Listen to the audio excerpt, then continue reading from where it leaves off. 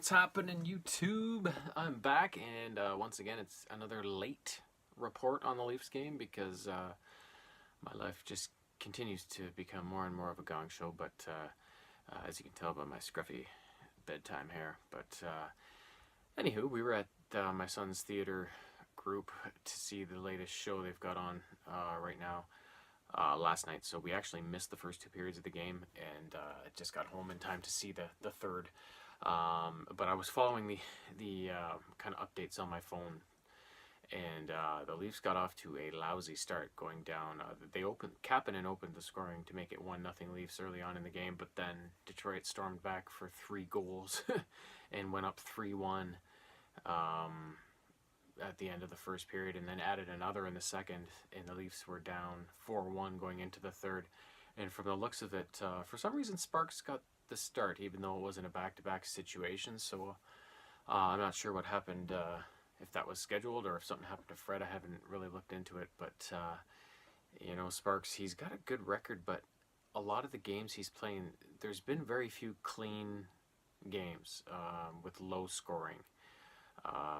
He's got one shutout, I think, and maybe another game with only 1 or 2 goals, but most of the games he's played have been they've been track meets, right, where the Leafs have simply outscored the other team, and he's led by 4, 5, 6, so I'm still kind of up in the air on if he's going to be as good or better of a backup as McElhinney would have been. So, but either way, the Leafs going into the third, they had greatly evened out the game, and then took over the game kind of in the third, and came back on goals from Tavares, Hyman, and Janssen by just past the midway point of the third period. They tied it up at 4s, and it turned into a really exciting game, back and forth, end to end, but with the Leafs controlling most of the play in the third, and they got it to overtime, and I was hoping for more OT magic from Matthews or Marner or one of the big guns,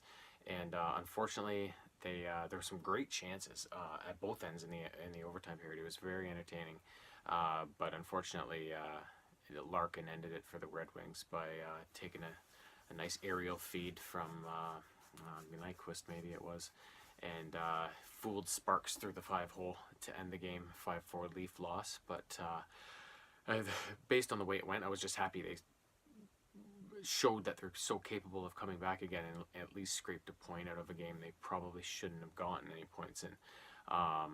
So that was nice. The other storyline on that game was that Nylander was finally back in the lineup, and he didn't look great, at least from what I saw. And Babcock stapled him to the bench kind of midway through the third, and he didn't play another shift after that. So I think he was kind of thinking that he would just pop back into the lineup and everything would be like situation normal, but he's obviously got to get up to NHL game shape and get the timing back and get all that stuff back. So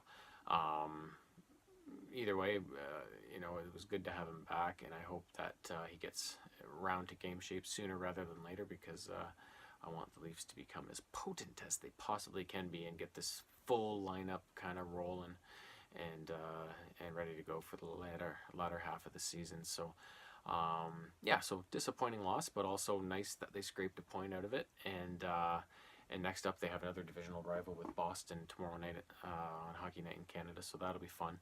And hopefully they will not have any more overtime going on and just win this one outright. And Boston can't seem to score any friggin' goals lately, so hopefully the Leafs can keep them down in that regard, and pile a bunch of goals in and beat one of their other arch rivals. So we will see soon enough. Until then, I bid you adieu.